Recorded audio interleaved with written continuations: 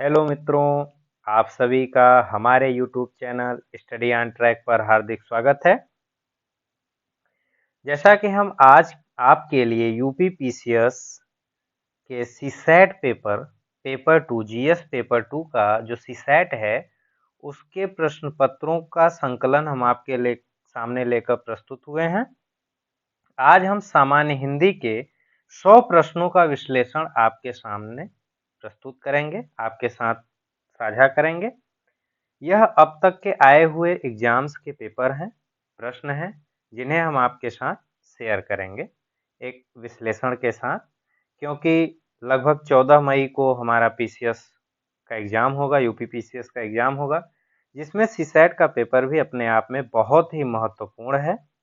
और यह कई ऐसे स्टूडेंट हैं जिनका कि जीएस में पेपर फर्स्ट में अच्छा परफॉर्म हो जाता है, लेकिन पेपर सेकेंड में वो निराश हो जाते हैं, वो अपना कट ऑफ नहीं क्वालिफाई कर पाते, जिसकी वजह से वो प्री परीक्षा में फेल हो जाते हैं। तो हम सीसैट के लिए आपके सामने अच्छे प्रश्नों के साथ, अभी तो हम आपके सामने प्रीवियस ईयर क्वेश्चन पेपर के साथ आए हुए हैं। आगे हम आपके सामने, अगर आपका प्यार मिला, आप जैसा भी होगा अपने कमेंट के द्वारा हमें अवश्य बतलाइएगा। हम आपके लिए और भी अच्छे प्रश्नों का एग्जाम को ध्यान में रखते हुए अच्छे प्रश्नों का संकलन लेकर आपके सामने प्रस्तुत होंगे। चलिए ठीक है, आज का सेशन शुरू करते हैं। आज का हमारा पहला प्रश्न है, यह एक पैराग्राफ है, ठीक है। तो पैराग्राफ को देखते हैं, पैराग्राफ को कैसे किया जाता है। आप पैराग्राफ को ध्यान से पढ़िएगा। ध्यान से पढ़ने के दौरान आप पाएंगे कि लगभग सारे प्रश्नों का उत्तर आपके पैराग्राफ में ही होता है, जहां से आप प्रश्नों का जवाब देने में आपको काफी सरलता महसूस होगी, ठीक है। चलिए क्वेश्चन शुरू करते हैं। प्रश्न संख्या 1 से 5 तक आपको यहीं से जवाब देना है, इसी पैरा से देना है, ठीक है। प्रत्येक राष्ट्राभिमानी के हृदय में अपने देश की संस्कृति तथा भाषा के प्रति प्रेम और अभिमान सहज ही होता है। वह अपने राष्ट्र, अपनी जन्मभूमि और राष्ट्रभाषा के लिए प्राणों का उत्सर्ग करने को सदैव तत्पर रहता है। जिस देश के निवासियों के हृदय में यह उत्सर्ग भावना नहीं होती, वह राष्ट्र पराधीन होकर अपनी सुख शांति और समृद्धि सदा के लिए खो बैठता है। देशभक्ति और सार्वजनिक हित के बिना राष्ट्रीय महत्ता का अस्तित्व ही नहीं रह सकता। यह भावना उसे इस बात का प्रयत्न करने को प्रेरित करती है कि वह अन्याय से दुर्बलों की रक्षा कर अनौचित्य का निवारण करे, धर्म पर स्थित रहे और न्याय के लिए लड़े। समाज को हानि पहुंचाकर अनुचित लाभ उठाना एकदम अस्वीकार कर दे, अपने समाज के प्रति कर्तव्य से मुख मोड़कर उसे धोखा न दे। चलिए पहला प्रश्न देखते हैं क्या है। प्रत्येक राष्ट्राभिमानी के हृदय में अभिमान होता है। किस बात का अभिमान होता है, ठीक है। तो देखिए किस बात का अभिमान होता है प्रत्येक राष्ट्राभिमानी के हृदय में। देश की समृद्धि के लिए, देश की सुख शांति के लिए, देश की भाषा के लिए, देश की महत्ता के लिए, ठीक है। तो प्रत्येक राष्ट्राभिमानी के हृदय में अपने देश की संस्कृति तथा भाषा के प्रति, ठीक है। तो यहाँ पे देखिए हमारे पास ऑप्शन मिल गया, देश की भाषा के प्रति, ठीक है, देश की भाषा के लिए। दूसरा देखिए, देशभक्ति प्रेरित करती है अनौचित्य का निवारण करने के लिए, अन्याय हेतु लड़ने के लिए, अनुचित लाभ हेतु लड़ने के लिए, पराधीनता के लिए युद्ध करने हेतु। तो देखिए देशभक्ति किसके लिए प्रेरित करती है, हम देखते हैं। देशभक्ति और सार्वजनिक हित के बिना राष्ट्रीय महत्ता का अस्तित्व नहीं। यह भावना उसे इस बात के लिए प्रयत्न करने को प्रेरित करती है कि वह अन्याय से दुर्बलों की रक्षा कर अनौचित्य का निवारण करे, ठीक है। देखिए अनौचित्य का निवारण करने के लिए, ठीक है, एकदम सेम मिल रहा है ना। अन्याय से दुर्बलों की रक्षा कर अनौचित्य का निवारण करने के लिए, ठीक है। तो हमारा इसका सही जवाब है अनौचित्य का निवारण करने के लिए, ठीक। देख रहे हैं पैराग्राफ से एकदम सीधा सीधा आंसर मिल रहा है। तीसरा देखिए, गद्यांश में किस शब्द का प्रयोग नहीं है। उत्सर्ग, अधर्म, भक्ति, हानि, ठीक है। इसमें पूछ रहा है किसका प्रयोग नहीं किया गया है। तो आप देखिएगा, फिर से देख लीजिए। उत्सर्ग अधर्म, भक्ति, हानि।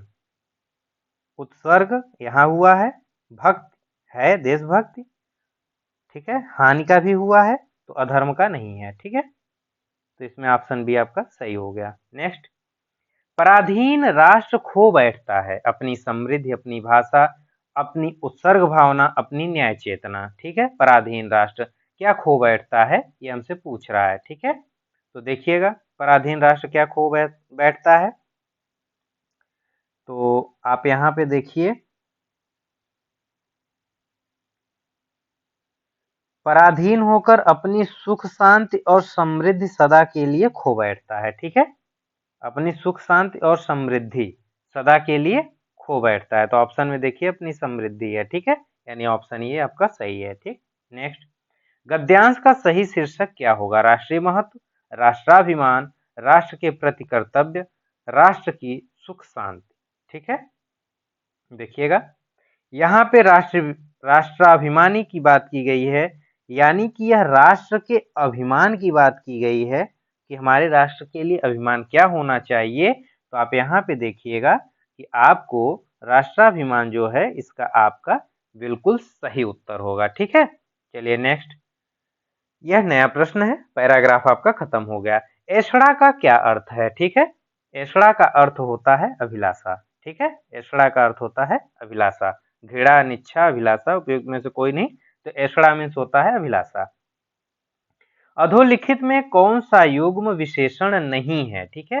तो विशेषण क्या होता है, विशेषण होता है कि जो संज्ञा या सर्वनाम की विशेषता बतलाए उसे हम विशेषण कहते हैं, जिसकी विशेषता बतलाई जाती है उसे विशेष्य कहते हैं, जो बतलाता है उसे विशेषण कहते हैं, ठीक है। छोटा बड़ा, हरा पीला, दो तीन, राम लक्ष्मण, इसमें से राम लक्ष्मण आपका विशेषण नहीं है, यह संज्ञा है। दो तीन आपका संख्यावाचक विशेषण है, हरा पीला आपका रंग को प्रदर्शित करता है, छोटा बड़ा भी आपके संख्या को, गुण को प्रदर्शित करता है, ठीक है। तो ये गुणवाचक हो गए, हरा पीला रंग है गुणवाचक है, दो तीन संख्यावाचक विशेषण है, ठीक। नेक्स्ट, अधोलिखित में से कौन सा तत्सम नहीं है, हमसे पूछ रहा है तत्सम नहीं है, तो तस्कर, ध्यान, बोध, हाथ, हाथ नहीं है, हाथ का जो होता है ये हस्त होता है, ठीक है, तत्सम। दैवज्ञ का अर्थ क्या है, दैवज्ञ, दैवज्ञ का अर्थ होता है ज्योतिषी, ठीक है, दैवज्ञ का अर्थ होता है ज्योतिषी, ठीक। नेक्स्ट, चिरंतन का सही विलोम शब्द क्या है, चिरंतन का सही विलोम शब्द क्या है, तो चिरंतन, चिरंतर का होगा आपका नश्वर, ठीक है। अचिंतन, चिंतन, अचर चर, अचेतन चेतन, ठीक। अनिवार्य का विपरीत विपरीतार्थक शब्द क्या होगा, ठीक है, अनिवार्य का पूछ रहा है, तो अनिवार्य का होगा आपका ऐच्छिक, ठीक है, अनिवार्य का होगा ऐच्छिक, ठीक। आवश्यक, अनावश्यक, निवारणीय, अनिवारणीय, ठीक। प्रतिकूल का विलोम शब्द क्या है, प्रतिकूल, प्रतिकूल का विलोम क्या होगा, ठीक है, अनुकूल, प्रतिकूल, ठीक है, सामने पीछे। प्रतिदर्श, प्रतिदर्श का होता है अर्थ आपका नमूना कहते हैं उसे, अंश कहते हैं, तो इसका विलोम आपका संपूर्ण हो सकता है, ठीक है, इसके विलोम को हम संपूर्ण भी कह सकते हैं, इसका विलोम। अनुसार, इसका कोई विलोम नहीं है। अपनी ढपली अपना राग का अर्थ है, अपनी ढपली अपना राग, बंदर बाट करना, संगठन का अभाव, अपना गीत गाना, इनमें से कोई नहीं, ठीक है। तो अपनी ढपली अपना राग संगठन का अभाव है, जैसे कहने का अर्थ है कि एक एग्जाम्पल है कि कहीं पे जनसभा लगी हुई है, वहां पे किसी विशेष मुद्दे पे बात हो रही है, लेकिन आप देख रहे हैं कि कोई किधर जा रहा है तो कोई किधर जा रहा है, कोई दक्षिण जा रहा है, कोई उत्तर जा रहा है, तो यह क्या हुआ, एक संगठन का अभाव हुआ। वहां पे संगठन नहीं है कि व्यक्ति एक होकर किसी की बात को सुन सके, उसकी बात को मान सके, तो ऐसे को अपनी ढपली अपना राग, सबकी अपनी अपनी ढपली है, अपना अपना राग है, अपने अपने गीत चल रहे हैं, ठीक। अधोलिखित में शुद्ध वर्तनी वाला शब्द कौन सा है, रचयिता, रचयिता आपका सही है। अनुग्रहित, यह अनुग्रहित नहीं होता, इसका होता है अनुग्रहित, ठीक है। और आहार होता है यहाँ पे, और यहाँ पे आपका सृष्टा होता है, ठीक है, ये है आपका, ठीक, इसका सही शुद्ध है शुद्धवर्तनी हो गया। नेक्स्ट, निम्नलिखित में से कौन सा अंतस्थ व्यंजन नहीं है? ठीक है, य, र, ल, व आपके अंतस्थ हैं। य, र, ल, व आपके अंतस्थ हैं। ह आपका नहीं है। ठीक है, ह आपका नहीं है। ह आपका उष्म के अंतर्गत आता है। उष्म के अंतर्गत आता है। उष्म में आपके आते हैं स, श, ह और स। ठीक है, ये आपके उष्म व्यंजन के अंतर्गत आते हैं। ठीक, नेक्स्ट, सप्तर्षि में समास है। सप्तर्षि में कौन सा समास है? हमसे यही पूछ रहा है। तो इसमें देखिए द्विगु समास है। कर्मधारय तत्पुरुष द्वंद्व द्विगु, तो इसमें द्विगु समास है। ठीक है, सप्तर्षि में द्विगु समास है। द्विगु समास क्या है? जिसका पहला पद संख्यावाचक हो और समूह या समुदाय का बोध कराता हो। तो देखिए पहला सप्त है ना, तो सप्त में 7 हो गया, ऋषि। ठीक, सप्तऋषि, सप्त 7 ऋषि, 7 ऋषियों का समूह सप्तऋषि कहलाएगा। तो यह आपका द्विगुवाचक है। ठीक है, कर्मधारय होता है जिसका उत्तर पद प्रधान होता है और विग्रह करने पर जो के समान का अर्थ देता हो उसे कर्मधारय कहते हैं। जैसे नील गाय, नीली है जो गाय, उसे नील गाय। परमात्मा परम है जो आत्मा, परम है आत्मा परमात्मा। तत्पुरुष समास और आपका द्वंद्व समास।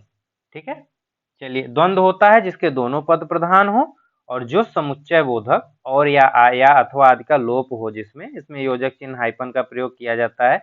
जैसे माता पिता, तो माता और पिता, नमक मिर्च, नमक और मिर्च, भला बुरा, भला और बुरा। तो ये आपके एग्जाम्पल होते हैं द्वंद्व के। ठीक है, चलिए नेक्स्ट प्रश्न की तरफ चलते हैं।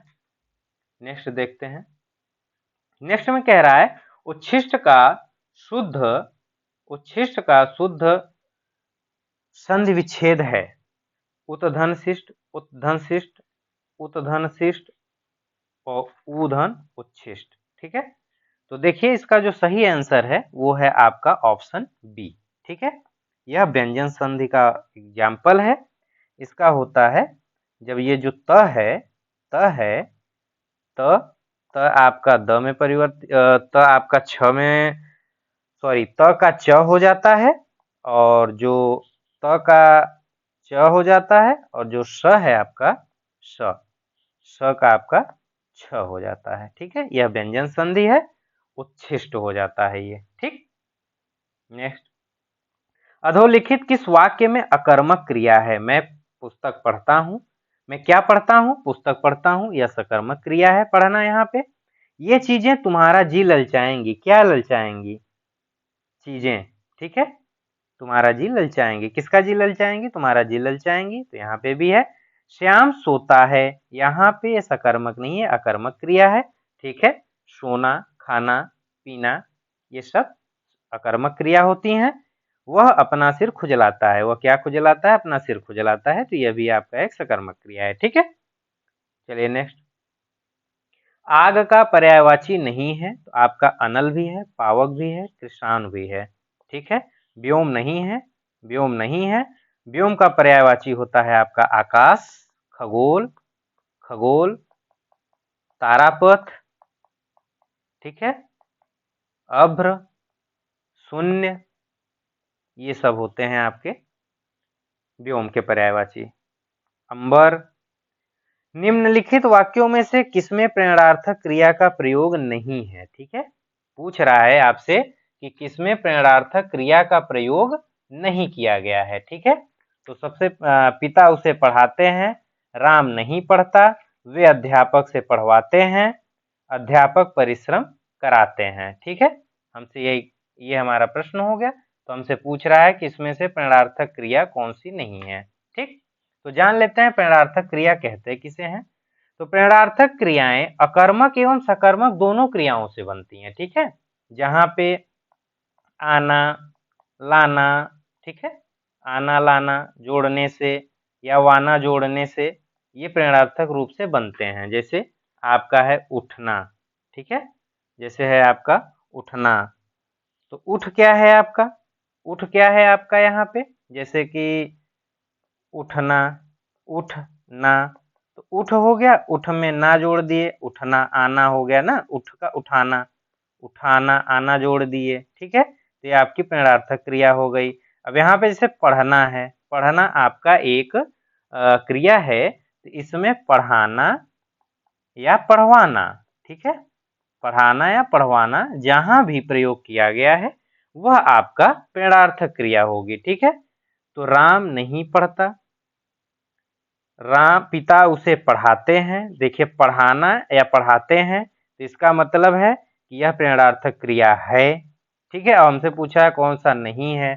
राम नहीं पढ़ता, पढ़ना और पढ़ता एक ही हुआ, तो यही आपकी प्रेरणार्थक क्रिया नहीं है। वे अध्यापक से पढ़वाते हैं, पढ़वाना या पढ़वाते हैं, ठीक है, तो ये प्रेजेंट में है, तो पढ़वाते हैं, तो यह आपका एक प्रेरणार्थक क्रिया है। परिश्रम कराते हैं, परिश्रम कराना करवाना, तो करवाना कराते हैं, ठीक है, तो ये भी आपकी एक प्रेरणार्थक क्रिया है। तो समझ गए होंगे प्रेरणार्थक क्रिया पहचानने के लिए उसमें आना लाना वाना जैसे शब्द जुड़े होते हैं, ठीक है। नेक्स्ट, फिर से आप देखिए कि आपके पास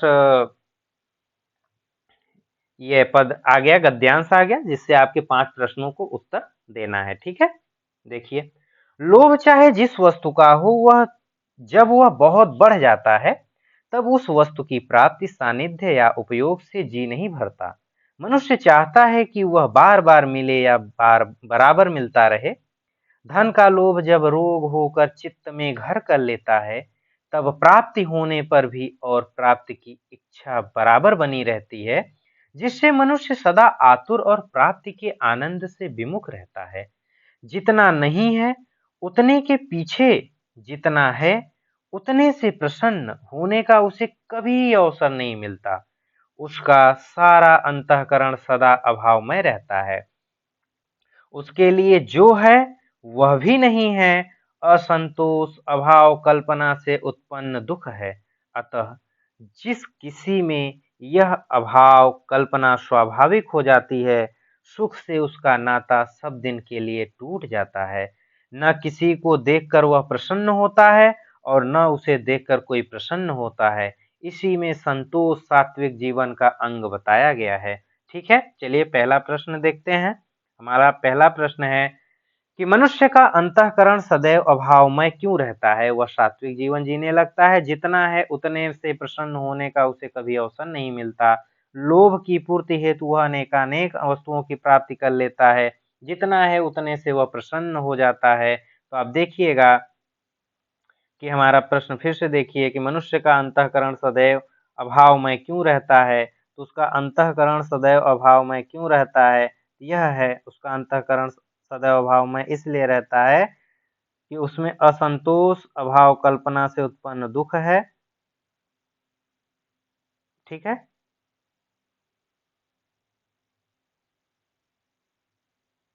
जिस किसी में अभाव कल्पना स्वाभाविक हो जाती है,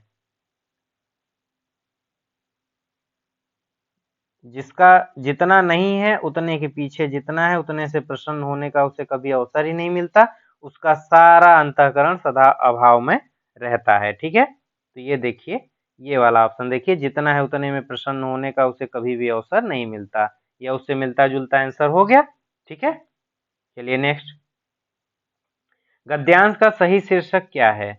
गद्यांश का सही शीर्षक क्या है, ठीक है। तो आप देखिएगा गद्यांश का सही शीर्षक, तो यहाँ पे लोभ की बात की गई है, ठीक है। असंतोष धन लोभ, लोभ और असंतोष, लोभ और प्रीति, तो यहाँ पे लोभ और असंतोष की भावना की बात की गई है, ठीक है। संतोष नहीं है, असंतोष का अभाव होता है, असंतोष की भावना की बात की गई है। तो इसके लिए आपका जो सही बनेगा, क्योंकि यहाँ पे आप जब पूरे पैरा को पढ़ते हैं तो आप पाते हैं कि लोभ की बात और असंतोष की भावना की बात की जाती है। तो यहाँ पे जो सही गद्यांश का आपका शीर्षक होगा वो आपका लोभ और असंतोष होगा, ठीक है। गद्यांश में किस शब्द का प्रयोग नहीं हुआ है, हमसे यही पूछ रहा है। अभावग्रस्त, अभावमय, अंतःकरण और सात्विक, ठीक है। तो देख लेते हैं कि किसका किसका प्रयोग नहीं हुआ है। तो अभावमय का हुआ है, यहाँ देख रहे हैं हम, अभावमय का हुआ है, ठीक है। अंतःकरण का देख लेते हैं, अंतःकरण का भी हुआ है, अभी हमने देखा यहाँ अंतःकरण का भी हुआ है, ठीक है। फिर देखते हैं सात्विक का देख लेते हैं, सात्विक का भी हुआ है, तो पहला वाला नहीं हुआ है, ठीक है। तो आप देख रहे होंगे कि सीधा ऑप्शन से ही मिल रहा है, यानी अभावग्रस्त का नहीं हुआ है, सीधा सीधा ऑप्शन में है, कुछ मेहनत नहीं करना है, बस पैरा को ध्यान से पढ़ना है। सात्विक जीवन का अंग किसे कहा गया है? धन, लोभ, संतोष, परोपकार, भक्ति को सात्विक जीवन का जो कहा गया है वो संतोष की भावना को कहा गया है, ठीक है। संतोष की भावना को कहा गया है, संतोष सात्विक जीवन का अंग बताया गया है, ये रहा आपका, ठीक है। नेक्स्ट, असंतोष किस प्रकार का दुख माना जाता है? तो असंतोष आपका किस प्रकार का दुख माना जाता है? तो अभाव कल्पना से उत्पन्न दुख माना गया है, ठीक है। अभाव कल्पना से उत्पन्न दुख माना गया है, अभाव कल्पना से उत्पन्न दुख को ही माना गया है, ठीक है। अभाव कल्पना से उत्पन्न दुख ही आपका असंतोष है। ये पैरा देखिए ध्यान से पूरा, ये वाला असंतोष अभाव कल्पना से उत्पन्न दुख है, ठीक है। चलिए नेक्स्ट, अवगुंठन का अर्थ है, अवगुंठन का अर्थ होता है घूंघट, ठीक है। अवगुंठन मीन्स होता है घूंघट, ठीक। नेक्स्ट, जैसा करोगे वैसा भरोगे वाक्य में सर्वनाम है, कैसा सर्वनाम है? जैसा करोगे वैसा भरोगे, ठीक है। जैसा वैसा, जैसा वैसा आपका संबंधवाचक सर्वनाम को दर्शाता है, ठीक है। तो इसमें संबंधवाचक है। निजवाचक सर्वनाम आपका आप है, जहां पे निजता का भाव हो वो निजवाचक है। निश्चयवाचक सर्वनाम होता है जहां पे निश्चितता का बोध हो, उसे हम निश्चयवाचक सर्वनाम कहते हैं, ठीक है। उसे हम निश्चयवाचक सर्वनाम कहते हैं। सर्वनाम होता क्या है? सर्वनाम वह है कि जिसका प्रयोग संज्ञा के बदले में किया जाए, ठीक है। संज्ञा के बदले में जो शब्द आते हैं उसे हम सर्वनाम कहते हैं, यानी संज्ञा के स्थान पे प्रयुक्त होने वाले शब्दों को ही हम सर्वनाम कहते हैं, जिसमें मैं, तुम, हम, वे, आप आदि ये सब शब्द आते हैं। पुरुषवाचक सर्वनाम वह है जो पुरुष या स्त्री के नाम के बदले में आते हैं, जैसे मैं, हम, मैंने, तुम, वह, यह, वह, ये, वे। निश्चयवाचक है जहाँ पे निश्चितता का बोध हो, निकट या दूर के व्यक्ति या वस्तुओं के लिए प्रदर्शित हो, जैसे यह, वह, ये, वे, ये आपके निश्चयवाचक होते हैं। यह मेरी पुस्तक है, ये मेरे अधिकार हैं, ठीक है। निजवाचक जहाँ पे निजता का बोध हो, जैसे आप, मैं यह कार्य स्वयं कर लूंगा, आप मैं कर लूंगा, ठीक है। नेक्स्ट, प्रतिपदा का उपयुक्त अर्थ है, प्रतिपदा, ठीक है। प्रतिपदा कहते हैं पक्ष की पहली तिथि को प्रतिपदा कहते हैं। एकादशी आपकी 11वीं तिथि को कहते हैं। पूर्णिमा आपके किसी भी पक्ष के 15वें दिन को कहते हैं, सॉरी शुक्ल पक्ष के, और कृष्ण पक्ष के अमावस्या कहते हैं, ठीक है। नेक्स्ट, चौराहा में समास है, चौराहा में कौन सा समास है हमसे यही पूछ रहा है, तो इसमें आपका द्विगु समास है, ठीक है। द्विगु समास है, द्विगु का पहला पद संख्यावाचक होता है। चौराहा जहाँ 4 राह मिलते हैं, 4 राह है, चौराहा है, यह द्विगु समास है, ठीक है। नेक्स्ट,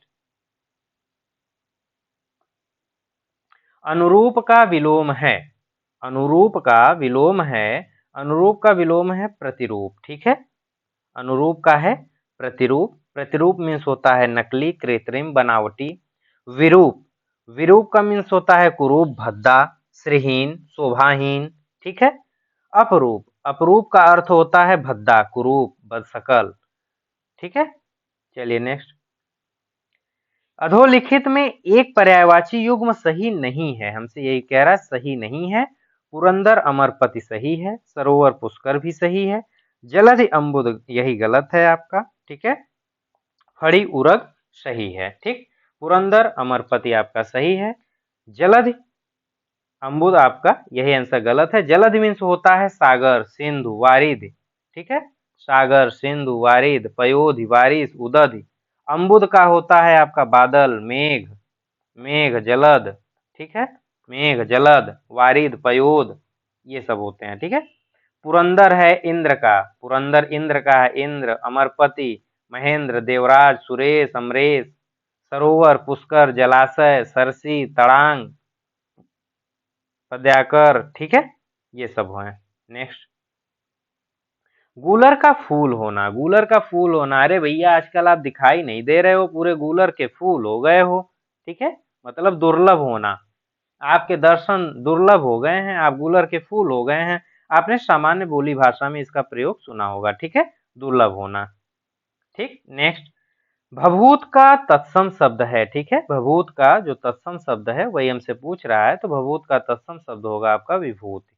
ठीक, चलिए नेक्स्ट, सदैव में संधि है। सदैव में कौन सी संधि है, हमसे यही पूछ रहा है। ठीक है, वृद्धि संधि, यड़ संधि, व्यंजन संधि या गुण संधि, यही हमसे पूछ रहा है कि इसमें कौन सी संधि है। ठीक, तो देखिए सदैव में है जो सदा धन एव है। ठीक है, सदा धन एव। ठीक, ये आपका वृद्धि संधि के अंतर्गत आता है। यह आपका वृद्धि संधि के अंतर्गत आता है। ठीक है, सदैव, सदैव आपका वृद्धि संधि के अंतर्गत आता है। तो इसमें आप एक चीज और देख लीजिए, वृद्धि संधि के बारे में हम आपको कुछ चीजें बता देते हैं कि वृद्धि संधि में आपका जैसे अ धन ए है। ठीक है, इसमें अ और आ से जुड़ता है, यह स्वर संधि का एग्जाम्पल है। ए, ऐ, ओ और औ। ठीक है, यही शब्द जुड़ते हैं इसके साथ और यह फिर बड़े हो जाते हैं। ए का भी ऐ हो जाता है, ओ का औ हो जाता है। ये दोनों मिलने के बाद वृद्धि का निर्माण करते हैं। ठीक है, वृद्ध बड़े दीर्घ स्वर का निर्माण दीर्घ का निर्माण करते हैं जो बड़ा होता है। जैसे अ धन अ बराबर आ होता है, उसी तरीके से यहाँ पे जो वृद्धि है, वृद्धि की पहचान है कि अ धन ए बराबर ऐ होगा, अ धन ऐ बराबर भी ऐ होगा, आ धन ऐ बराबर भी ऐ होगा और अ धन ओ बराबर औ होगा, आ धन ओ बराबर भी औ होगा। ठीक है, तो सदा धन एव, सदैव आपका आ धन ए वृद्धि संधि का यह उदाहरण है। यड़ संधि देख लीजिए, यड़ संधि भी आपका स्वर संधि का ही एग्जाम्पल है। इसमें ई धन आ, ठीक है, बराबर या हो जाता है, ई धन अ बराबर य हो जाता है, ई धन उ बराबर आपका यू हो जाता है। ठीक है, यहाँ पे ई और उ के साथ जुड़े होते हैं, छोटा उ और बड़ी ई के साथ, ई बड़ी ई और उ और बड़ा उ के साथ जुड़ते हैं। बड़ी ई के साथ भी जब आ, ई, ए जुड़ेगा तो इसमें यह आपका य, व, र के रूप में परिवर्तित होते हैं। ठीक है, यह आपका यण संधि का एग्जाम्पल है। उ धन अ बराबर व हो जाता है, उ धन आ बराबर वा हो जाता है। ठीक है, उ धन ई बराबर वी हो जाता है, उ धन ए बराबर वे हो जाता है। ठीक है, इसके कुछ एग्जाम्पल देख लेते हैं यण संधि के। यण संधि के एग्जाम्पल हैं जैसे अति धन अधिक। ठीक है, अति धन अधिक, अति धन अधिक से हो जाएगा आपका अत्यधिक। ठीक है, अत्यधिक। ई धन अ, ई धन अ से बना य। ठीक है, तो ये हो गया आपका अत्यधिक। ठीक है, फिर इसके बाद में एक और एग्जाम्पल देख लीजिए, उपरि धन उक्त, उपरि धन उक्त। ठीक है, उपरि धन उक्त, ई धन उ, ई धन उ हमने बताया ना, ई धन यू से क्या बन रहा है, यू बन रहा है। ठीक है, तो ये हो जाता है आपका उपर युक्त। ठीक है, तो ये आपके यण संधि के उदाहरण हैं। ठीक, चलिए नेक्स्ट, अधोलिखित में वर्तनी की दृष्टि से एक अशुद्ध है। ठीक है, एक शब्द है जो कि अशुद्ध है, अंतर्धान, अनुग्रहित, आध्यात्म, अधीन। तो इसमें से कौन सा गलत है, हमसे यही पूछ रहा है। तो इसमें जो आपका ऑप्शन सी है यह गलत है, यहाँ पे होगा आपका अध्यात्म। ठीक है, चलिए नेक्स्ट, कन्नौजी बोली किस जनपद में बोली जाती है, हमसे पूछ रहा है कन्नौजी बोली किस जनपद में बोली जाती है। तो कन्नौजी बोली आपके हरदोई में, हरदोई में बोली जाती है। ठीक है, कन्नौजी बोली आपके उत्तर प्रदेश के कन्नौज, फर्रुखाबाद, कानपुर, हरदोई, शाहजहांपुर, पीलीभीत, इटावा इत्यादि जिलों में बोली जाती है। ठीक, नेक्स्ट, अधोलिखित में से एक भोजपुरी क्षेत्र नहीं है, हमसे पूछ रहा है कौन सा इसमें से ऐसा क्षेत्र है कि जो कि भोजपुरी का क्षेत्र नहीं है। तो वह है आपका इलाहाबाद। देवरिया, मिर्जापुर, बलिया तीनों है, इलाहाबाद नहीं है। इसे इलाहाबादी भी बोलते हैं, इलाहाबादी क्षेत्र बोलते हैं, अवधी क्षेत्र बोलते हैं। ठीक है, नेक्स्ट, फैजाबाद जनपद में बोली जाने वाली बोली यहाँ से आपकी कौन सी है? तो आपकी अवधी है, जो कि फैजाबाद में बोली जाती है। ठीक, अधोलिखित में से कौन सी बोली उत्तर प्रदेश की नहीं है? इसमें से ब्रज, अवधी, भोजपुरी और बघेली में से तो बघेली आपकी नहीं है। ठीक है, बघेली आपकी नहीं है। भोजपुरी, अवधी, ब्रज आपकी उत्तर प्रदेश की बोलियां हैं।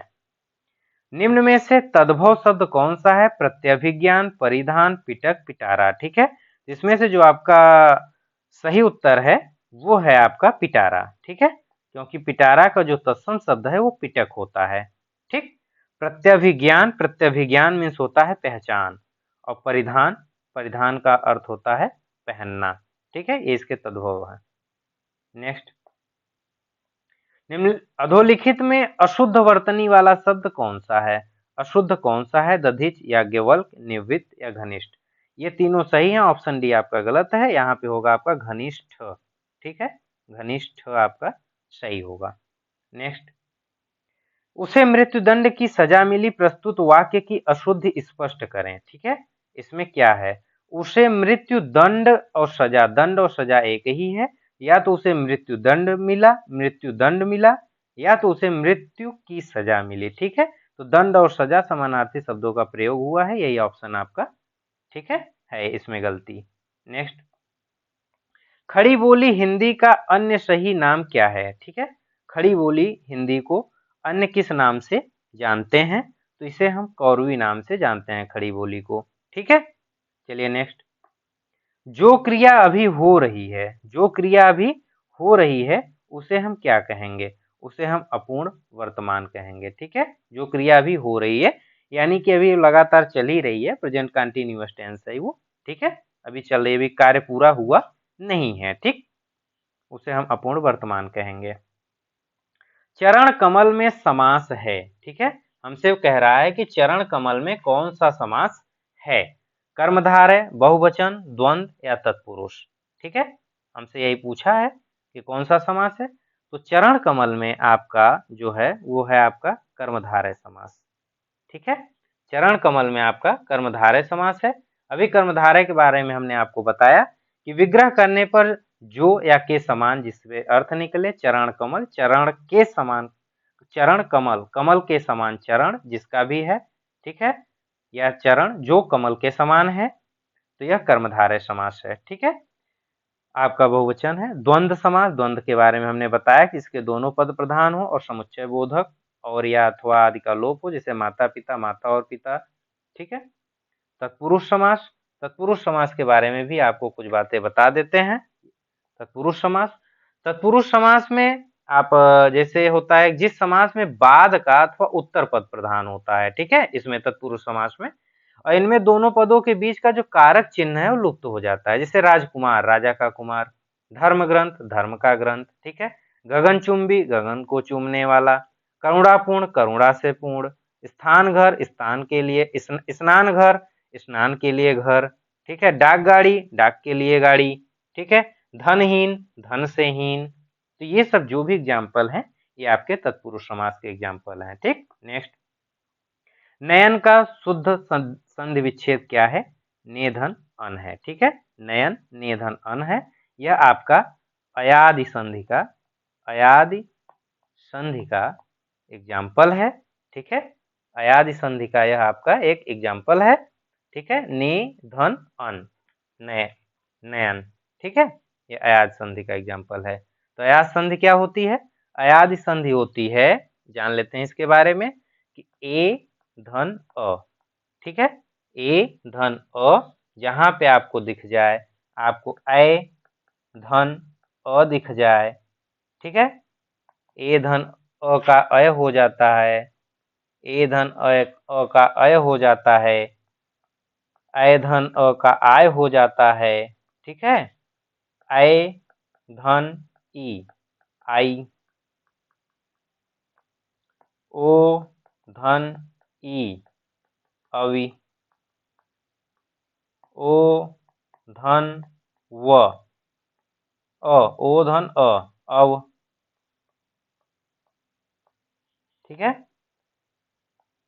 औ धन ई, आवी, ये सब आपके हैं पहचान के लिए, ठीक है। औ, धन, उ, आउ। अब इसके कुछ एग्जाम्पल समझ लेते हैं, जैसे भव, धन, उक।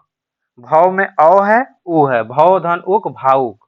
आउक है ना, आउ, भावुक हो गया, ठीक है। इसी तरीके से आप देखिए नौ, धन, इक। नौ, धन, इक, तो इसमें क्या है, औधन ई। औधन ई से आवी बनेगा, तो क्या बन जाता है, नाविक। नाविक, ठीक है। यह आपका अयादि संधि है, ठीक है। इसी तरीके से और एग्जाम्पल एक देख लीजिए आप, नय, धन, अक। अय, अय धन अ, अय धन अ, अय बन जाएगा, ठीक है। तो नय धन अ का अय है, अय अय, अय धन अ, आय। नय धन अक, नायक, ठीक, नायक बन गया, ठीक है। इसी तरीके से ने धन अन था, नयन बन गया, ठीक। चलिए नेक्स्ट। नेक्स्ट आपका पैराग्राफ फिर से आ गया, देखते हैं पैराग्राफ में क्या है। जिन कर्मों में किसी प्रकार का कष्ट या हानि सहने का साहस अपेक्षित होता है, उन सबके प्रति उत्कंठापूर्ण आनंद उत्साह के अंतर्गत लिया जाता है। कष्ट या हानि के भेद के अनुसार उत्साह के भी भेद हो जाते हैं। साहित्य मीमांसकों ने इसी दृष्टि से युद्धवीर, दानवीर, दयावीर इत्यादि भेद किए हैं। इनमें सबसे प्राचीन और प्रधान युद्ध वीरता है, जिसमें आघात, पीड़ा या मृत्यु की परवाह नहीं रहती। इस प्रकार की वीरता का प्रयोजन अत्यंत प्राचीन काल से चला आ रहा है, जिसमें साहस और प्रयत्न दोनों चरम उत्कर्ष पर पहुंचते हैं। पर केवल कष्ट या पीड़ा सहन करने के साहस में ही उत्साह का स्वरूप स्फुरित नहीं होता, उसके साथ आनंदपूर्ण प्रयत्न या उसकी उत्कंठा का योग चाहिए, ठीक है। चलिए प्रश्न देखते हैं। सबसे प्राचीन वीरता कौन सी है, हमसे यह प्रश्न पूछा है, सबसे प्राचीन वीरता कौन सी है। तो आप देखिए, वाक्य वीरता, दान वीरता, युद्ध वीरता, दया वीरता, ठीक है। तो आप यहाँ पे देखिए, यहाँ पे सबसे प्राचीन वीरता की बात की गई है। साहित्य मीमांसों में युद्ध वीर, दान वीर, दया वीर की बात की गई है, ठीक है। और इसमें सबसे प्राचीन और प्राधान युद्ध वीरता की बात की गई है, तो हमें इसका जवाब मिल गया, युद्ध वीरता, ठीक है। चलिए नेक्स्ट। युद्ध वीरता के लिए किस प्रकार की प्रकृति अपेक्षित है। युद्ध वीरता के लिए किस प्रकार की प्रकृति अपेक्षित है, साहस और प्रयत्न, ठीक है। साहस और प्रयत्न, आघात, पीड़ा या मृत्यु की परवाह नहीं करते जो, ठीक है। किस प्रकार की वीरता यहाँ पे चाहिए, जो आनंद, पीड़ा या मृत्यु की परवाह नहीं करते हैं। तो देखिएगा, जो आनंद, पीड़ा, मृत्यु की परवाह नहीं करते और साहस और प्रयत्न का कार्य करते हैं, तो यहाँ से हो गया साहस, प्रयत्न और कष्ट सहने का धीरज, यानी कष्ट पीड़ा का जिसको चिंता ना हो, यानी कि वहां से हमें ये दिख गया कि युद्ध वीरता के लिए प्रकृति अपेक्षित है, तो यह आपका ऑप्शन डी सही होगा। नेक्स्ट क्या है, उत्कंठापूर्ण आनंद किसके अंतर्गत लिया जाता है।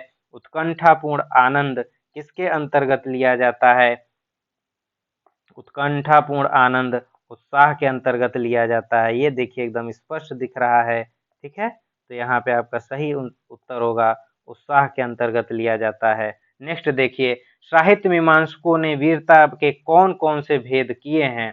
साहित्य मीमांसकों ने वीरता के कौन कौन से भेद किए हैं, आपने अभी देखा, यहाँ पे पहले ही देखा, यहाँ पे है युद्ध वीर, दान वीर और दया वीर हैं, ठीक है। युद्ध वीर, दान वीर और दया वीर, युद्ध वीर, दान वीर और दया वीर आपका ऑप्शन ए सही है, ठीक। नेक्स्ट देखिए, उत्साह के भेद किस आधार पर किए गए हैं। उत्साह के भेद किस आधार पर किए गए हैं, उत्साह के भेद किस आधार पर किए गए हैं। तो ये देखिए, उत्साह के भेद, उत्साह के भेद कष्ट या हानि के भेद के अनुसार उत्साह के भी भेद होते हैं। उत्साह के भेद किस आधार पर किए गए हैं, साहस और प्रयत्न दोनों चरम स्पष्ट, पर केवल कष्ट या पीड़ा सहने के साहस में ही उत्साह का स्वरूप स्फुरित नहीं होता है। तो उत्साह के भेद किस आधार पे किए गए हैं, उत्साह के भेद उत्साह के आधार पे किए गए हैं, ठीक है। क्योंकि यहाँ कह रहा है उत्साह का स्वरूप स्फुरित नहीं होता है, केवल कष्ट या पीड़ा सहन करने के साहस में ही उत्साह का स्वरूप स्फुरित नहीं होता है, ठीक है। या उसके साथ आनंदपूर्ण प्रयत्न, उसकी उत्कंठा का योग चाहिए। तो इस लाइन से हम समझ सकते हैं कि उत्साह का जो भेद है वह उत्साह के आधार पे किया गया है।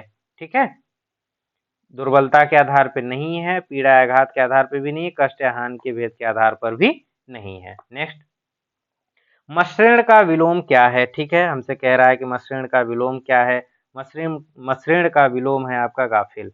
ठीक है, गाफिल का अर्थ होता है चुस्त, चुस्त, खबरदार, चालाक, फुर्तीला इत्यादि। चंद्रमा तथा ब्राह्मण के लिए एक शब्द क्या है? तो उसके लिए द्विज शब्द का प्रयोग किया जाता है। ठीक है, द्विज शब्द का प्रयोग किया जाता है। अधोलिखित किस वाक्य में अकर्मक क्रिया है? रामू खाना खा रहा है, चालक गाड़ी चलाता है, श्याम हंसता है, माँ स्वेटर बुनती है। इसका जो आपका सही आंसर है वह है आपका ऑप्शन सी, श्याम हंसता है। ठीक है, क्योंकि देखिए खाना खा रहा है, खाना यहाँ ऑब्जेक्ट है, कर्म यहाँ पे दिया गया है। तो सकर्मक अकर्मक जिसमें कर्म भी हो वह सकर्मक है, जिसमें कर्म का अभाव हो वह अकर्मक है। गाड़ी चलाता है, गाड़ी है यहाँ पे, चलाना है। स्वेटर बुनना है, ठीक है, तो कर्म हो रहा है। श्याम हंसता है, यही आपका ऑप्शन सही हो गया। ठीक, नेक्स्ट, निम्नलिखित में से तद्भव शब्द कौन सा है? अग्निपुष्प, शलाका और 14। 14 आपका इसमें आपका तद्भव शब्द है, क्योंकि 14 जो है, 14 का जो होता है आपका तत्सम, ये होता है आपका चतुर्दश। ठीक है, चतुर्दश होता है। ठीक, नेक्स्ट, पगड़ी रख घी चख लोकोक्ति का अर्थ क्या है? पगड़ी रख घी चख लोकोक्ति का अर्थ क्या है? जैसे कहते हैं ना कि घी चखने की बात हो गई यहाँ पे। घी चखने का मतलब है कि मौज मस्ती करना। आजकल आप देख रहे हैं कि काफी अभिनेता अभिनेत्री हैं जो कि अंग प्रदर्शन कर रहे हैं, तो इनका वही हाल है कि अपना मान सम्मान दांव पे रख देते हैं, अपनी पगड़ी अपना मान सम्मान सब खो देते हैं सिर्फ पैसों के लिए। तो यही है पगड़ी रख घी चख। आज के हमारे कुछ नग्न देवी सॉरी नग्न अभिनेता अभिनेत्री। ठीक है, तो इसका मतलब हुआ निर्लज्ज होकर कुछ पाना। ठीक, नेक्स्ट, व्योम का पर्यायवाची शब्द नहीं है। व्योम का पर्यायवाची शब्द कौन सा नहीं है? अंतरिक्ष है, अंबर भी है, नभ भी है। ठीक है, पीयूष नहीं है। पीयूष का क्या होगा? अमृत, सुधा, प्राण रस, अमी, अमी, अमीय, अमीय। ठीक है, ये आपके होंगे पीयूष के पर्यायवाची शब्द। नेक्स्ट, जो स्त्री सूर्य भी न देख सके उसे क्या कहते हैं? उसे असूर्यपश्या कहते हैं। ठीक है, अज्ञ का अर्थ होता है अज्ञ। अज्ञ का अर्थ क्या होगा? अज्ञानी, जो कुछ भी नहीं जानता हो उसे ही अज्ञ कहते हैं। ठीक, प्रश्नवाचक चिन्ह का प्रयोग किस वाक्य में होगा? मोहन ने पूछा राम की आय कितनी है। मोहन ने पूछा राम की आय कितनी है, नहीं। सीता जानती है भाई कब घर आएगा। मोहन बाजार गया था। मोहन को बाजार क्यों जाना था? ठीक है, क्यों, क्या, कैसे जैसे शब्द प्रश्नवाचक चिन्ह में प्रयोग किए जाते हैं। ठीक है, नेक्स्ट, निम्नलिखित वाक्यों में शुद्ध वाक्य चुनिए। चार दीवारी के पार एक सुंदर इमारत है। उपरोक्त वाक्य का संज्ञान लें। शिक्षणेतर कर्मचारी आज शाम को एकत्र होंगे। यह कार्य अत्यंत महत्वपूर्ण है। तो इसमें से आपका ऑप्शन डी सही है। ठीक है, शिक्षणेतर कर्मचारी आज शाम को एकत्र होंगे। यह आपका जो को है, को जो है यह आपका संबंध का कारक है। यह कारक है, कर्ता ने कर्म को कारक है, यहाँ पे इस कारक का प्रयोग नहीं होगा। शिक्षणेतर कर्मचारी आज शाम एकत्र होंगे, बस इतना ही होगा यहाँ पे। उपरोक्त वाक्य का संज्ञान लें। उपरोक्त की जगह आपका उपर्युक्त होगा। ठीक है, तब यह सही हो जाएगा। और चार दीवारी की जगह आपका चार दीवारी होगा। ठीक है, चार दीवारी होगा। ठीक, चार दीवारी। नेक्स्ट, निम्नलिखित में से वह वाक्य छाटिए जिसमें क्रिया विशेषण का प्रयोग किया गया है। ठीक है, जिसमें क्रिया विशेषण का प्रयोग किया गया है। यहाँ कैसे कैसे लोग एकत्र हुए हैं। वह काली गाय घास चर रही है। ठीक, मुझसे खट्टा फल नहीं खाया जाता। तुम जी जान लगाकर पढ़ रहे हो। तो देखिए क्रिया विशेषण क्या है? ऐसे शब्द जो क्रिया की विशेषता बतलाते हो, वो क्रिया विशेषण है। तो पहले क्रिया क्या है? चरना यहाँ पे क्रिया है, एकत्र होना, ठीक है, यहाँ पे हो गया। खाना, खाया जाना, पढ़ना, ये आपकी क्रिया हो गई। यहाँ पे देखिए घास चरना है, कुछ नहीं। लोग एकत्र हो रहे हैं, कुछ नहीं। फल खाया जा रहा है, कुछ नहीं। लेकिन पढ़ा कैसे जा रहा है? जी जान लगा के पढ़ा जा रहा है। तो पढ़ने की जो विशेषता है वो जी जान लगा कर की जा रही है, ठीक है। पढ़ा कैसे जा रहा है? जी जान लगा के पढ़ा जा रहा है। तो आपका ऑप्शन डी सही है, यह क्रिया विशेषण है। गमला और आल्पिन किस भाषा के शब्द हैं? तो ये आपके पुर्तगाली भाषा के शब्द हैं, ठीक है। नेक्स्ट, हंस पद विराम चिन्ह का प्रयोग होता है। हंस पद विराम चिन्ह का प्रयोग कहाँ करते हैं? ये वाला, तो ये होता है लिखने में अक्षर छूटने का संकेत देने के लिए, ठीक है। ऑप्शन डी आपका सही है। वाक्य पूरा करने के लिए हो गया, संकेत देने के लिए हो गया, अर्थ स्पष्ट करने के लिए भी है, ठीक। चलिए नेक्स्ट, निम्नलिखित में से अशुद्ध वर्तनी वाला शब्द है। अशुद्ध वर्तनी वाला कौन सा शब्द है? इसमें से हमसे पूछ रहा है कि इसमें से अशुद्ध वर्तनी वाला शब्द कौन सा है? निस्संदेह, निसंकोच, उज्ज्वल, महत्व, ठीक है। तो ये हमारा इसमें जो आंसर है वो है महत्व। ये ऐसे हम लोग लिखते हैं, इसको ऐसे भी लिख सकते हैं, ठीक है। दोनों सही है ये, तो यही आपका ऑप्शन यहाँ पे अशुद्ध है। नेक्स्ट, अभ्यांतर का विलोम क्या होगा? हमसे पूछ रहा है अभ्यांतर का विलोम क्या होगा, ठीक है। तो अभ्यांतर का विलोम होगा बाह्य, ठीक। नेक्स्ट, बच्चा शब्द का तत्सम रूप क्या है? बच्चा का है वत्स। वत्स बच्चा का तत्सम रूप है, ठीक। नेक्स्ट, पीताम्बर में कौन सा समास है? पीताम्बर में कौन सा समास है? तो पीताम्बर में आपका बहुव्रीहि समास है, ठीक है। पीताम्बर में आपका बहुव्रीहि समास है, ठीक। तो बहुव्रीहि समास कहते किसे हैं?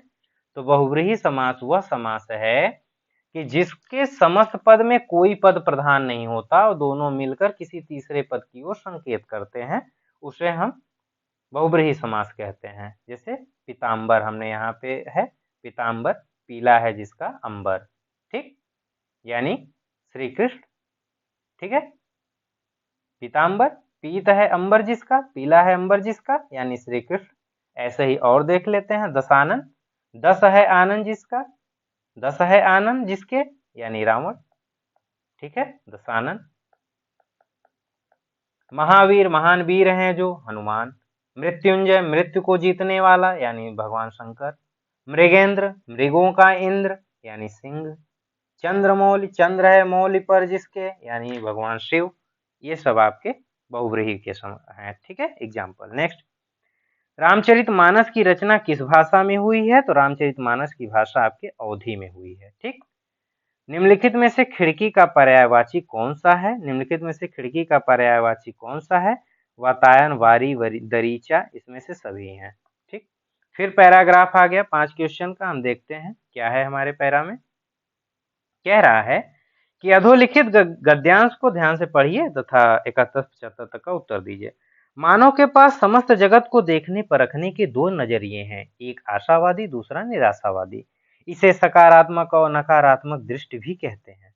जो आशावादी या सकारात्मक मार्ग पर चलते हैं वे सदैव आनंद की अनुभूति प्राप्त करते हैं तथा निराशावादी या नकारात्मक दृष्टि वाले दुख के सागर में डूबे रहते हैं और सदा अपने आप को प्रस्थापित करने के लिए तर्क दिया करते हैं। वे भूल जाते हैं कि तर्क और कुतर्क से ज्ञान का नाश होता है एवं जीवन में विकृति उत्पन्न होती है। आशावादी कभी तर्क नहीं करते, फलस्वरूप वह आंतरिक आनंद की प्रतीति करते हैं। वह मानते हैं कि आत्मिक आनंद कभी प्रहार या काटने की प्रक्रिया में नहीं है। किसी परंपरा का विरोध करने से ही प्रतिभा ऊपर नहीं उठती, विरोध से नाश होता है। इसलिए जगत में सदा आशावाद ही पनपा है। उसने ही महान व्यक्तियों का सृजन किया है। निराशावाद या नकारात्मकता की नींव पर कभी किसी जीवन प्रसाद का निर्माण नहीं हुआ है, ठीक है। चलिए पहला प्रश्न देखते हैं, हमारा इसका कौन सा उत्तर सही होगा, ठीक है। इस अवतरण में सर्वथा उपयुक्त शीर्षक कौन होगा? आशा और निराशा, जीवन और आशावाद, आशा ही जीवन है, आशावादी और निराशावादी। तो ठीक है, देखते हैं। तो देखिए यहाँ पे आशावादी और निराशावादी, एक आशावादी दूसरा निराशावादी है। तो यह मत सोच लीजिएगा कि यहाँ से यही हमारा मिल रहा है तो ये हमारा शीर्षक होगा। शीर्षक यह इसलिए नहीं होगा क्योंकि आप जब पूरे सेंटेंस का भाव पढ़ेंगे, तो सेंटेंस को पढ़ेंगे तो यहाँ से एक भाव निकल के आता है, और वह भाव होता है जीवन और आशावाद की बात करता है यह। ठीक है, यह जीवन और आशावाद की बात करता है, मनुष्य के जीवन की बात करता है, और उसके जीवन में बताता है कि आशावाद ही एक ऐसा है जो कि सदा पनपा हुआ है। यह आशावाद की बात करता है। तो यहाँ पे आपका जो सही शीर्षक बनेगा वो जीवन और आशावाद बनेगा। ठीक है, नेक्स्ट, परंपरा का विरोध करने से प्रतिभा ऊपर नहीं उठती का आशय है। परंपरा का विरोध करने से प्रतिभा ऊपर नहीं उठती का आशय क्या है?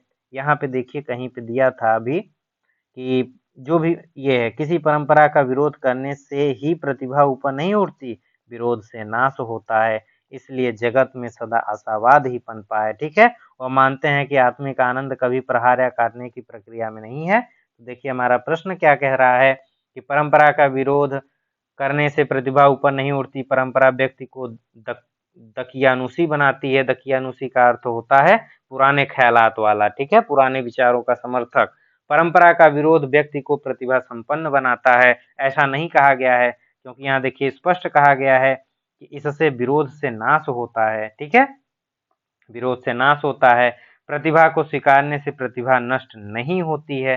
प्रतिभा और परंपरा और प्रतिभा में अन्योन्याश्रित संबंध है। तो आपका जो इसका सही आंसर है यह है कि प्रतिभा को स्वीकारने से प्रतिभा नष्ट नहीं होती है। प्रतिभा को स्वीकारने से प्रतिभा नष्ट नहीं होती, प्रतिभा ऊपर नहीं उठती, विरोध से नाश होता है। ठीक है, परंपरा का विरोध करने से ही प्रतिभा ऊपर नहीं उठती, जबकि कह रहा है। ठीक, तो यही है, कौन सा इसका आशय यही था कहने का कि परंपरा का विरोध, परंपरा को स्वीकार लेने से, जैसे कह रहा है कि परंपरा का विरोध करने से प्रतिभा ऊपर नहीं उठती, इसका मतलब ये यही कहना चाहता है कि परंपरा को स्वीकार लेने से प्रतिभा नष्ट नहीं हो जाती किसी की। ठीक है, चलिए नेक्स्ट, आत्मिक, हाँ, नकारात्मक का आशय क्या है? ठीक है, नकारात्मकता का आशय क्या है, हमसे यही पूछ रहा है। तो नकारात्मकता का मतलब निराशावाद है। आशावाद और निराशावाद दो की बात हो रही है, तो नकारात्मक मतलब निराशावाद हो गया।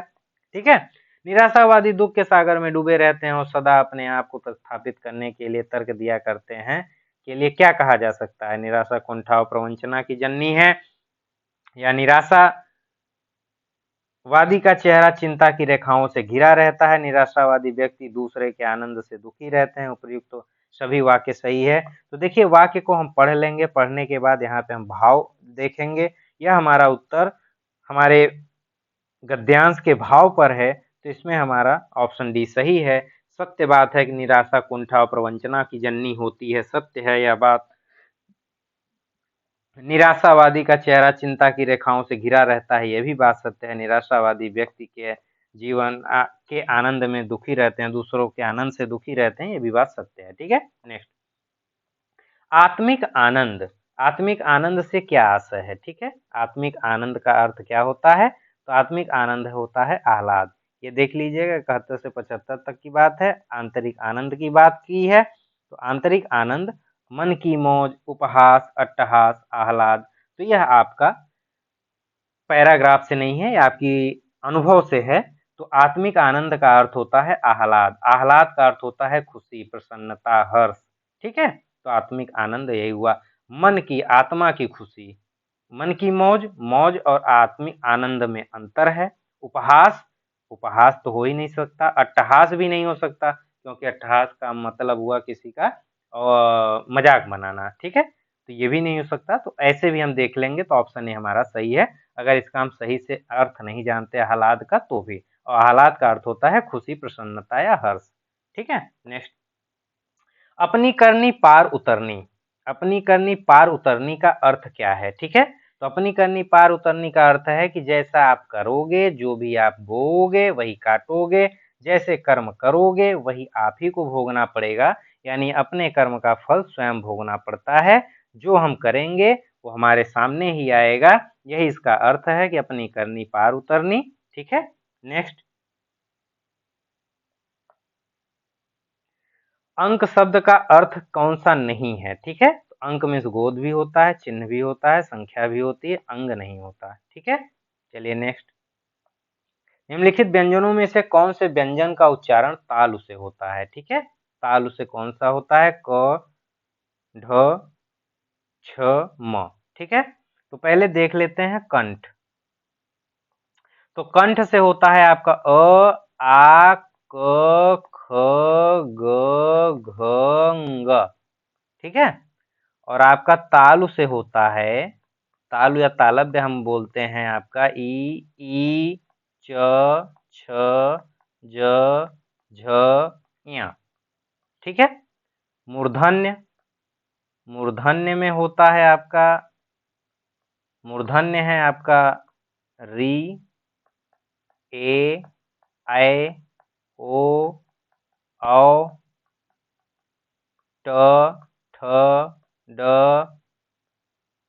ढ, ण। ठीक है, और आपका ओष्ठ भी है एक, तो देख लीजिए ओष्ठ से कौन कौन से हैं? उ, ऊ, प, फ, ब, भ, म। ठीक है, तो अब आप यहाँ से उत्तर भी पा गए तालु से। कह रहा है कि तालु से किसका उच्चारण होता है, तो आपको आंसर भी मिल गया, प्लस आपके पास हमने पूरा एग्जाम्पल दे दिया कि कौन कहाँ कहाँ से किसका उच्चारण होता है। ठीक है, नेक्स्ट, ऐसे शब्द जो उच्चारण और वर्तनी की दृष्टि से समान हो परंतु व्युत्पत्ति तथा अर्थ की दृष्टि से भिन्न हो, उसे हम क्या कहते हैं? ठीक है, उसे हम क्या कहते हैं? तो ऐसे शब्दों को हम समरूप या समुचित शब्द कहते हैं। ठीक है, नेक्स्ट, मातृणाम शुद्ध संयोग विच्छेद है, तो इसका जो सही है संधि विच्छेद यह है आपका मातृधन ऋणाम। ठीक है, यह भी आपका दीर्घ संधि का एग्जाम्पल है। इसमें री धन री से बड़ी री बनता है। ठीक है, मातृणाम है ये आपका। ठीक, ये दीर्घ संधि का एग्जाम्पल है। ठीक है, नेक्स्ट, यथाशक्ति में कौन सा समास है? यथाशक्ति, यथाशक्ति में आपका अव्ययी भाव समास है। ठीक है, अव्ययी भाव के बारे में भी पीछे बताए हैं आपको, यथाशक्ति में आपके अव्ययी भाव समास है। ठीक, चलिए नेक्स्ट, अव्ययी भाव क्या होता है एक बार से फिर से इस पर चर्चा कर लेते हैं कि जिस समास में पूर्व पद प्रधान हो, जिन पर काल, वचन, पुरुष, लिंग आदि का कोई प्रभाव नहीं पड़ता, इनके रूप में कोई परिवर्तन नहीं होता। ठीक है, तो उसे अव्ययी भाव कहते हैं, जिसमें यथा, प्रति, आ, हर, वे, नी, अन, अति जैसे उपसर्ग या प्रत्यय लगे होते हैं। ठीक है, जैसे यहाँ पे यथाशक्ति, शक्ति में यथा लगा हुआ है। ठीक है, तो यह आपका पहचान है, अव्ययी भाव समास है। ठीक, निम्नलिखित में से काम के लिए कौन सा शब्द प्रयुक्त नहीं होता है? कामना, कार्य, स्वभाव, इच्छा। ठीक है, तो इसमें आपका ऑप्शन जो है सी सही है, स्वभाव। स्वभाव का प्रयोग नहीं किया जाता है। कामना, काम कामना के लिए किया जाता है, कार्य के लिए भी किया जाता है, इच्छा के लिए किया जाता है, जो जिससे कामुकता की जो भावनाएं होती हैं, इच्छा होती है हमारी, तो वहां पे भी काम नामक शब्द का प्रयोग किया जाता है। ठीक है, नेक्स्ट, जिजीविषा का अर्थ क्या है? ठीक है, जिजीविषा का अर्थ क्या है? जीने की इच्छा। ठीक है, जीने की इच्छा। समवाय शब्द का अर्थ क्या है? समवाय शब्द का अर्थ होता है समूह। पुरुषवाची सर्वनामों के विषय में दिए गए निम्नलिखित कथनों में से कौन सा कथन सही नहीं है? ठीक है, हमसे पूछ रहा है कौन सा कथन सही नहीं है। वह का प्रयोग पुल्लिंग स्त्रीलिंग दोनों में हो सकता है, बिल्कुल हो सकता है। वह राम है, वह श्याम है, वह गीता है, वह सीता है, तो होगा। हमें उत्तम पुरुष कर्मकारक का बहुवचनीय रूप है, बिल्कुल है।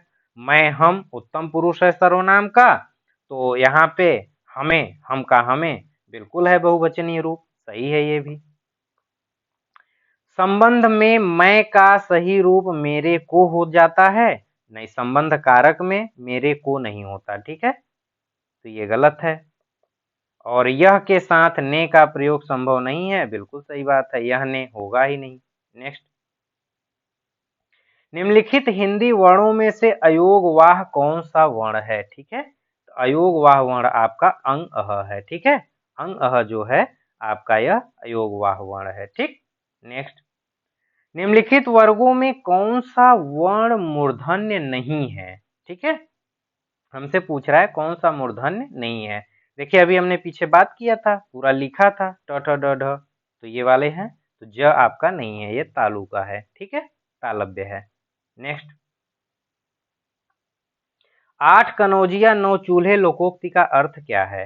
8 कनौजिया 9 चूल्हे। ठीक है, अधिक व्यक्ति होने से काम बिगड़ना, अलगाव की स्थिति, खराब खाना बनाना, आवश्यकता से अधिक सामान का होना। तो 8 कनौजिया 9 चूल्हे का अर्थ होता है अलगाव की स्थिति। ठीक है, चलिए नेक्स्ट, फिर से एक पैरा आ गया है, इस पैरा को हम फिर से देख लेते हैं। धर्म मनुष्य के भीतर निहित देवत्व का विकास है। धर्म न तो पुस्तकों में है न धार्मिक सिद्धांतों में, वह केवल अनुभूति में निवास करता है। धर्म अंधविश्वास में नहीं है, धर्म अलौकिकता भी नहीं है, वह जीवन का अत्यंत स्वाभाविक तत्व है। मनुष्य में पूर्णता की इच्छा है, अनंत जीवन की कामना है, ज्ञान और आनंद प्राप्त करने की चाह है। पूर्णता, ज्ञान और आनंद ये निचले स्तर पर नहीं है, उनकी खोज जीवन के उच्च स्तर पर की जानी चाहिए। जहाँ ऊंचा स्तर आता है वहीं धर्म का आरंभ होता है। जीवन का स्तर जहाँ हीन है, इंद्रियों का आनंद वहीं अत्यंत प्रखर होता है। चलिए देखते हैं पहला प्रश्न, धर्म मनुष्य में किसका विकास करता है? ठीक है, तो देखिए हमने पहले ही पढ़ा था, यहाँ पे आप देख सकते हैं देवत्व की बात कर रहा है। ठीक है, देवत्व की बात कर रहा है, तो यहाँ पे ऑप्शन ए आपका देवत्व सही है। देखिए धर्म कहाँ निवास करता है? धर्म अनुभूति में निवास करता है। ठीक है,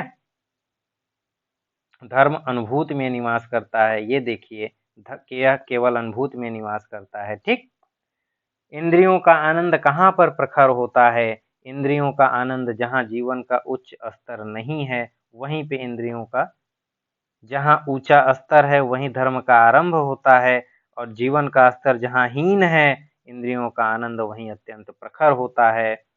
तो इंद्रियों का आनंद कहाँ प्रखर होता है? जहाँ जीवन स्तर उच्च नहीं है। ठीक है, नेक्स्ट, जीवन के उच्च स्तर पर पहुंचने के लिए किन तत्वों की आवश्यकता होती है? तो जीवन के उच्च स्तर पर पहुंचने के लिए आपको पूर्णता, ज्ञान और आनंद की आवश्यकता होगी। ठीक है, देखिए पूर्णता, आनंद और ज्ञान की आवश्यकता होगी। पूर्णता, ज्ञान और आनंद ये है। ठीक, ये है। ठीक, नेक्स्ट, उपर्युक्त गद्यांश का उचित शीर्षक क्या हो सकता है? तो यहाँ का जो उचित शीर्षक होगा वह होगा आपका धर्म का स्वरूप, सुख का स्वरूप, कर्म का स्वरूप, आपसी सद्भाव का स्वरूप। तो यहाँ होगा आपका धर्म का स्वरूप, क्योंकि ये धर्म की बात कर रहा है, तो इसलिए यहाँ पे धर्म के स्वरूप की हम बात करेंगे। ये धर्म के स्वरूप की ही बात कर रहा है कि धर्म न मनुष्य के भीतर निहित है, देवत्व का विकास है, धर्म न पुस्तकों में है न धार्मिक ग्रंथों में है, तो इसके ही रूप का बात कर रहा है, स्वरूप का बात कर रहा है। ठीक है, नेक्स्ट, परिताप शब्द का अर्थ क्या है? ठीक है, परिताप शब्द का अर्थ क्या है, यही हमसे पूछ रहा है। ठीक, परिताप शब्द, परिताप शब्द का जो अर्थ है वो होता है संताप। ठीक, परिताप का अर्थ होता है संताप। ठीक, कभी न कभी में कौन सा क्रिया विशेषण है, या कभी कभी हो भी इसे कह सकते हैं, कभी कभी भी लिख सकते हैं। ठीक है, कभी कभी में कौन सा क्रिया विशेषण है? यौगिक, मूल, स्थानीय, इनमें से कोई नहीं, तो इसमें है यौगिक। ठीक है, यौगिक क्रिया विशेषण है। जो दूसरे यौगिक क्रिया विशेषण होते क्या हैं कि जो दूसरे शब्दों में प्रत्यय या पद लगाने से बनते हैं, जैसे खाते पीते, बारी बारी, थोड़ा थोड़ा, कभी कभी, कभी न कभी। ठीक है, तो ये सब आपके यौगिक क्रिया विशेषण है। ठीक, नेक्स्ट, निम्नलिखित में से विवृत स्वर कौन सा है? ठीक है, विवृत स्वर कौन सा है? तो आप यहाँ पे आ लिख दीजिए, आ, ये आ है आपका। ठीक है, आ, तो विवृत स्वर आपका इसमें आ है, ऑप्शन डी सही हो गया। विपरीत स्वर आपके हो गए विपरीत, ठीक है, अर्धविपरीत, अर्धविपरीत और अर्ध संवृत और आपका संवृत, ठीक है। ये हम बता देते हैं कौन कौन से वर्ण हैं आपके, ठीक है। तो पहले विपरीत होता क्या है, विपरीत स्वर होते कैसे हैं, इसकी पहचान क्या है। तो देखिए कि ऐसा है कि जब हम उच्चारण करते वक्त, उच्चारण के समय जिन स्वरों का प्रयोग करते हैं, उनको बोलते हैं, तो उसमें जो मुंह हमारा अगर पूरा खुल जाए या पूरा खुलता हो तो उसे हम विवृत कहते हैं। जैसे आ, तो आ क्या है हमारा, विवृत है, ठीक है। अर्धविवृत क्या है कि जिसके उच्चारण में मुंह आधा खुलता हो उसे हम अर्धविवृत कहते हैं। वो है आपका अ, ए, ओ, ठीक है। अर्धसंवृत, अर्धसंवृत में कौन सा है, जिसके उच्चारण के दौरान मुंह आधा बंद रहता हो, जैसे ए, ओ, ठीक। और संवृत क्या है कि जिसके उच्चारण में संभवतः लगभग मुंह बंद ही रहता है, ठीक है। जैसे ई, उ, ठीक। ये आप देख लिए पूरा, तो यहाँ पे विपरीत स्वर ये हो गया आपका, ठीक। चलिए नेक्स्ट, निम्नलिखित में से कौन सा वाक्य विराम चिन्ह के संदर्भ में सही है, ठीक है। कौन सा विराम चिन्ह यानी जिसे हम कॉमा बोलते हैं, तो कॉमा के लिए कौन सा सही है। तो इसमें आप देखिए ऑप्शन सी को देखिए, क्रोध चाहे जैसा भी हो मनुष्य को दुर्बल बनाता है, यह आपका सही है। जगत धन ईश जगदीश कौन सी संधि है, ठीक है, हमसे यही पूछ रहा है। तो जगदीश जो है आपका यह व्यंजन संधि है, ठीक है, यह आपका व्यंजन संधि है, ठीक। नेक्स्ट, जिस मूल शब्द में विकार होने से क्रिया बनती है उसे क्या कहते हैं, ठीक है। हमसे कह रहा है कि जिसमें मूल विकार होने से क्रिया बनती है उसे हम क्या कहते हैं, तो उसे हम कहते हैं धातु, ठीक है, धातु। क्रिया के मूल रूप यानी मूलांश को धातु कहते हैं। धातु से ही क्रियापद का निर्माण होता है, ठीक है। जैसे चलना, क्रिया में चल जो है वो धातु है। तो ये कह रहा है मूल शब्द में विकार होने से, मूल शब्द इसमें क्या था, चलना में, चलना में जो मूल शब्द था वो चल है, ठीक है, इसी में विकार जुड़ा। पहचान क्या होती है, धातु पहचानने का एक सूत्र है अपना कि उसके शब्दांश में ना लगा दीजिए, शब्द के अंत में ना लगा दीजिए, ठीक है। तो जिसमें ना लगा लेंगे हम, तो ना लगाने के बाद देखेंगे, समझेंगे, ठीक है, तो यह हमें समझ में आ जाएगा कि यह आपका धातु है या नहीं है। जिसमें लगेगा, जिसके मूल शब्द में ना लगने के बाद वह क्रिया बनेगी तो वह धातु होगी, ठीक है, वह धातु होगी, अदरवाइज नहीं होगा। जैसे समझते हैं, चल था, चल मूल शब्द है, चल शब्द में ना लगा दिए चलना, तो चल जो था यह आपका धातु था। धातुएं हमारी दो होती हैं, एक मूल धातु होती है, एक यौगिक धातु होती है, ठीक है। एक मूल धातु होती है, एक यौगिक धातु होती है, ठीक है। तो मूल धातु जो होती है वह स्वतंत्र होती है, वह किसी अन्य शब्द पर निर्भर नहीं करती। जैसे जा, खा, पी, सो, ठीक, रह, ये सब सॉरी। और यौगिक धातुएं क्या हैं, यौगिक धातुएं मूल धातु में प्रत्यय लगाकर, कई धातुओं को संयुक्त करके अथवा संज्ञा और विशेषण में प्रत्यय लगाकर बनाई जाती हैं, ठीक है। यही यौगिक धातुएं ही तीन प्रकार की होती हैं, जो होती है एक आपकी प्रेरणार्थक, एक होती है आपकी यौगिक क्रिया, ठीक है, धातु, और एक होती है आपकी नाम धातु, ठीक। ये आपके यौगिक धातु के अंतर्गत आते हैं, ठीक है। प्रेरणार्थक क्रिया की बात अभी हमने पीछे किया ही कि जिसमें आना, लाना, वाना जोड़ दिया जाए, जैसे उठना, उठाना, उठवाना, दिलाना, दिलवाना, करना, कराना, ये सब आपकी प्रेरणार्थक क्रिया हो गई।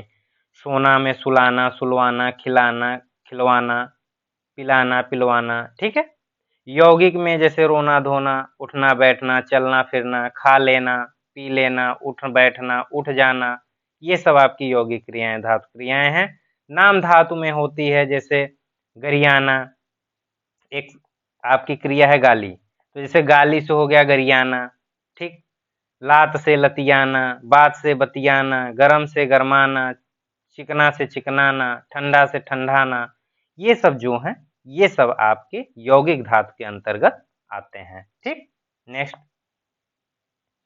हो सकता है वह आया हो सकता है एक संभावना की बात की गई है, वैसे भी हो सकता है वह आया हो, तो यह संभाव्य वर्तमान काल है आपका, ठीक है, यह संभाव्य वर्तमान है, ठीक। तो आज मित्रों हम लोगों ने अपने प्रीवियस ईयर सीसैट के प्रश्नों का संकलन देखा। यह हमारे पीसीएस 2023 के एग्जाम के लिए हमने आपको प्रिपरेशन कराया है, इसकी हमने आपको व्याख्या कराई है। उम्मीद करते हैं कि हमारा वीडियो आपको पसंद आया होगा।